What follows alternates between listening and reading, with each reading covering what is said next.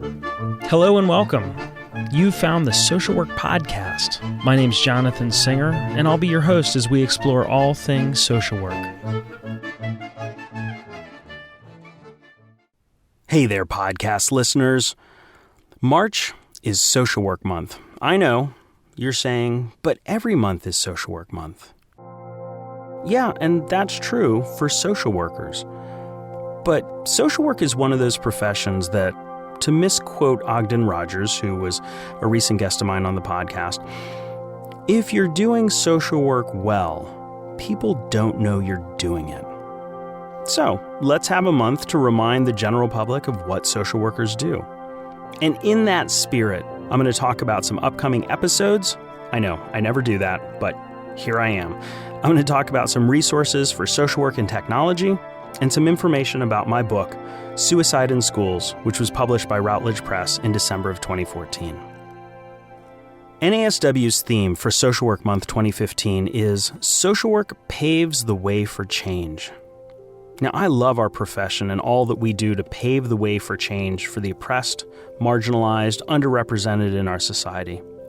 And I also recognize that there are social workers who've paved the way for me to change, to become the best social worker that I can be. So, every day this month, I'm honoring a different social worker who's inspired me and helped me to change. You can see my list of social workers on the Social Work Podcast Facebook page at facebook.com/SW Podcast or the Twitter feed at SOCWORK Podcast. Now, I've got some great episodes coming up. If you do family therapy, if you work with suicidal kids, if you're interested in attachment theory, I will be talking with Guy Diamond and Suzanne Levy, two of the co-developers of attachment-based family therapy, which is an empirically supported treatment for families with suicidal kids. Why doesn't your son come to you when he's up in his room feeling suicidal? What's gotten in the way of him seeing you as his natural, instinctual context for safety and protection? And we're just trying to establish this kid isn't going to their parent, and that's having dire consequences for everybody in the family. And we use that to help motivate the family to say, we want to work on a relationship, and we want to figure out why our child isn't coming to us for help and support when they're feeling horrible. I'm going to be talking about cognitive enhancement therapy with Sean Eek. CET is an empirically supported treatment for people with schizophrenia that addresses cognitive and social deficits. One of the challenges that people in the field have observed, though, is that even after individuals are able to get a good response from the medicine they're taking and get good supports in order to help get them back on track in terms of their lives after a hospitalization, they still are having a lot of trouble building a good quality of life and building a fuller recovery.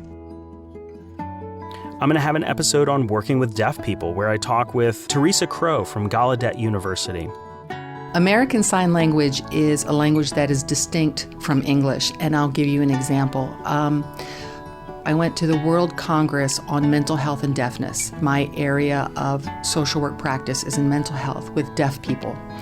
And I went to register for the conference, and I walked into the city hall trying to find out where the registration booth was, and there was a room full of signing people. It was wonderful, except I couldn't understand anything that they were signing.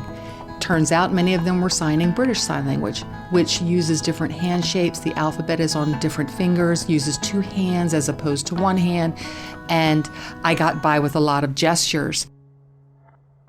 I'm going to talk with Alice Lieberman about the contribution of the Children's Bureau to social work education, based on the book she co-authored, Women and Children First. And it's going to provide a historical overview of some of the context for today's social work practice. There was a relationship between Julia Lathrop and all those people at Hull House. She was a Hull House person. And the University of Chicago School of Social Philanthropy, which became, SSA. Yep. They were very interested in grounding the work that they did in research. Now, what research meant back then was different than what it means now, but we talk right now about what are the evidence-based approaches. We need to operate from a research base. And they were operating from a research base back then. I mean, it's not a new idea.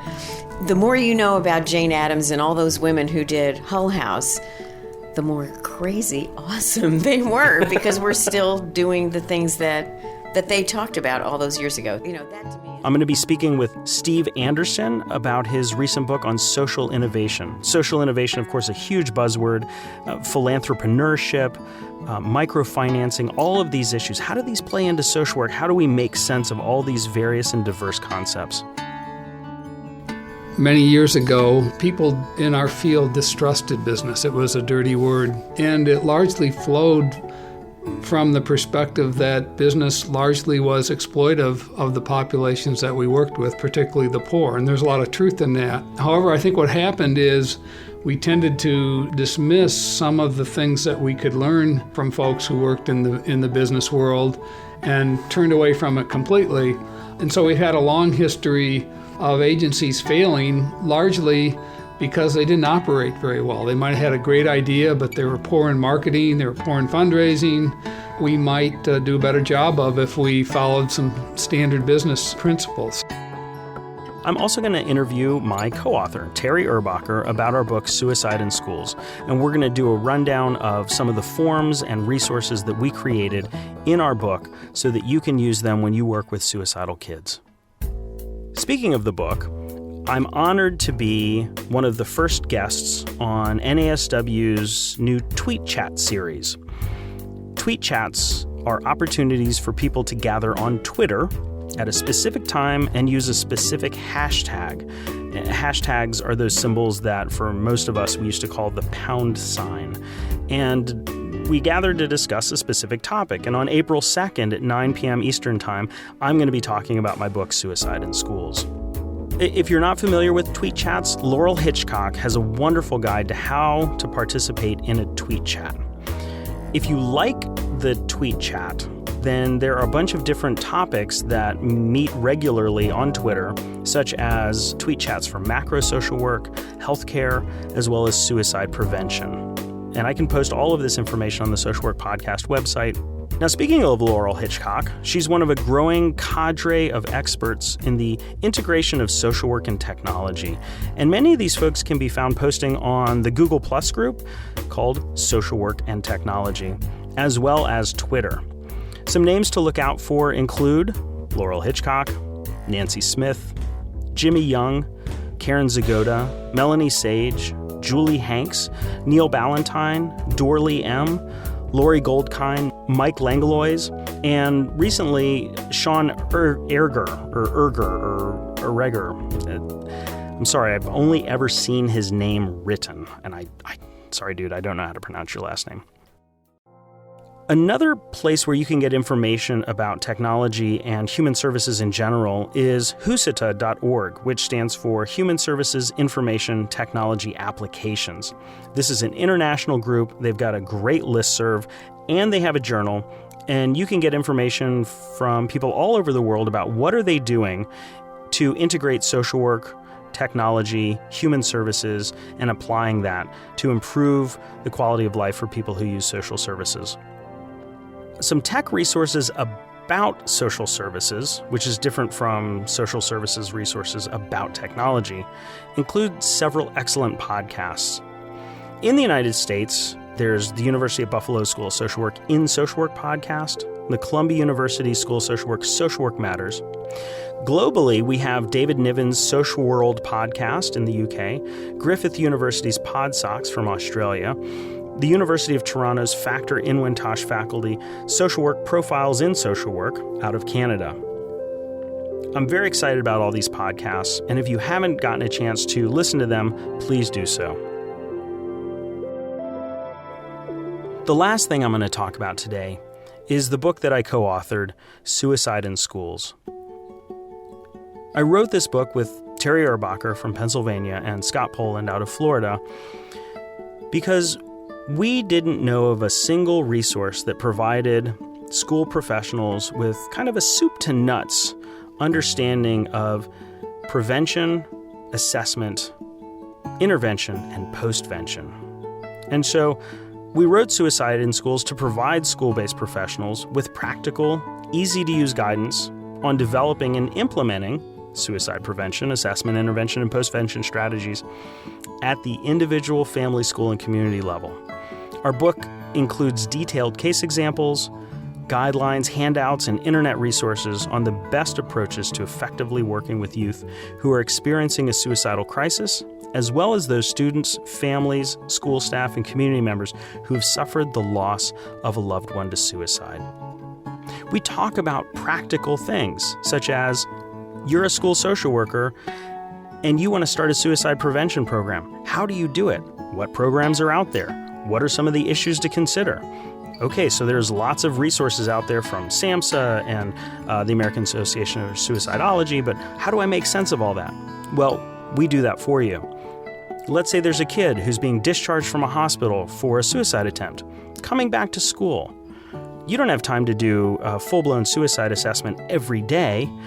We've created a suicide monitoring tool that you can use. What happens in the classroom after a student has died by suicide? What do you do with their chair?